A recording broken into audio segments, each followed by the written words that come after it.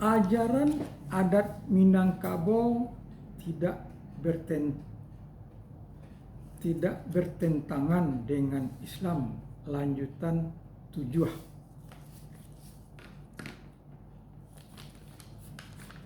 Arta pada masyarakat Minangkabau, arato pada masyarakat hukum Minangkabau. Pendapat Allahuriam Ham Al-Mukaram Buya Hamka yang ada dikutip halaman 86 dan 96 bukunya Islam dan Adat Minangkabau bab 2, dibukukan oleh pidato beliau di Seminar Hukum Adat Minangkabau di Batu Sangka Juli tahun 1908 dengan judul Menggali Hukum Tanah dan Hukum Waris Minangkabau, yang menyebutkan pokok adat Minangkabau itu ialah bernasab kepada ibu, dan arto pusako itu terbagi dua. Pertama, arto pusako tinggi. Keadaannya didapat dengan tambilang besi, taruko orang tua. Kedua, arto pusako rendah didapat dengan tambilang ameh dibeli. Harto pusako rendah karena tidak dibagi. Apabila melewati satu keturunan, dia naik menjadi pusako tinggi pada lingkungannya. Mungkin perlu didudukkan pada proporsinya, karena apa yang dikemukakan oleh Buya Hamka pada bab kedua buku dimaksud selain barang pas dalam penutipan buku juga adalah pengantar dari pidato beliau tentang keadaan sistem yang ada di dalam hukum adat Minangkabau di masa-masa sebelum Perang Dunia Kedua.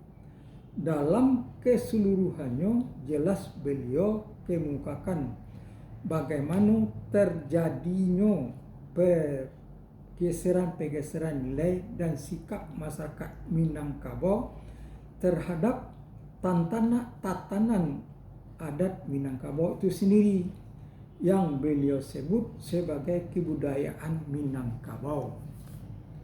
Kalau pada mulanya kedudukan arato terbagi dalam harta pusako tinggi dan harta pusako rendah, maka semenjak tahun 1953 sudah disepakati menjadi arato pusako tinggi yang tetap diatur menurut hukum adat Minangkabau, dan harta pencarian yang diatur menurut hukum Parahis, dan terjadinya perubahan sikap dan dengan tersebut memakan waktu cukup lama.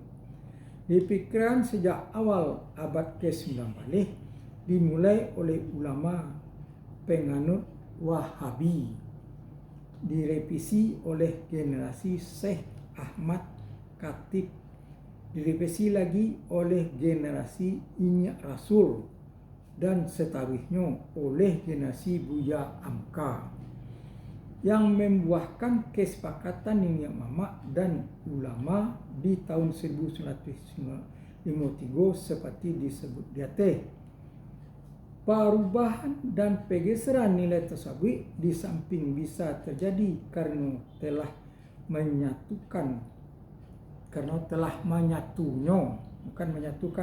menyatunya jabatan adat dan keahlian agama di dalam diri beberapa pengeluh adat juga adalah karena usaha-usaha yang tak kenal bosan dari para pemuka masyarakat Minangkabau itu sendiri dalam menyisihkan adat Minangkabau bila ternyata masih ada yang jahiliyah di sana sini, bak menyisih atau jobare, bak menyisih atah jobare.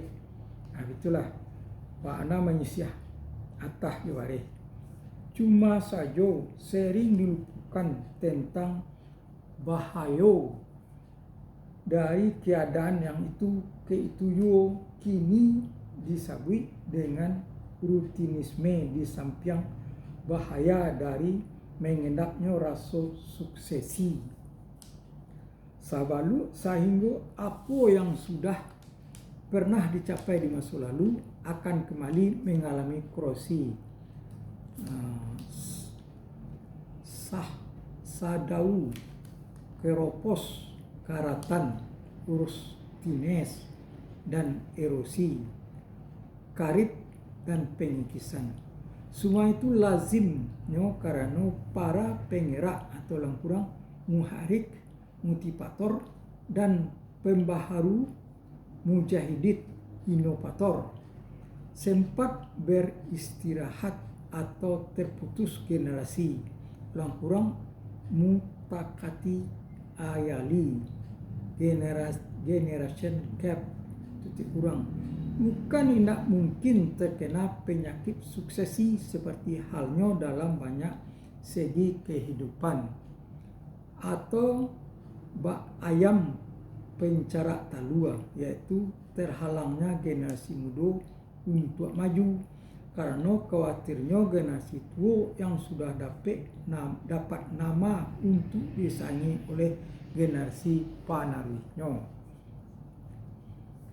Telah dikatakan di atas bahwa pendapat tentang pengelompokan atau di masyarakat Minangkabau terbagi dua dan satarwih. Seperti yang kita kutip. Akan tetapi kutipan tersebut selain tidak pas juga bisa menimbulkan perbedaan sikap karena kurang dua-duanya permasalahan dikemukakan. Demikian dikenakan kurang tapeknya pengelompokan itu. Sebab pada tahun 1993 disepakati oleh para ulama dan Niniak Mamak bentuk pengelompokan Arato di Minangkabau menjadi Arato Pusako Tinggi dan Arato Pancarian atau Pusako Rendah. Dalam Arato Pusako Tinggi itu dimasukkan semua jenis Arato warisan adat Minangkabau. Pewarisannya ditundukkan kepada sistem hukum adat Minangkabau. Rapek lengkap adat tersebut menyebutkan kalimatnya Arato Pusako Tua kurang Arato Pusako Tinggi dibiarkan seperti sedia kala, tidak diganggu gugat, dibiarkan perkembangannya menurut evolusi, dan kedalaman harta pencarian dimasukkan semua harta perolehan seseorang. Dan rapat lengkap adat memutuskan Arato Pancarian wajib dibagi menurut hukum paraid agama.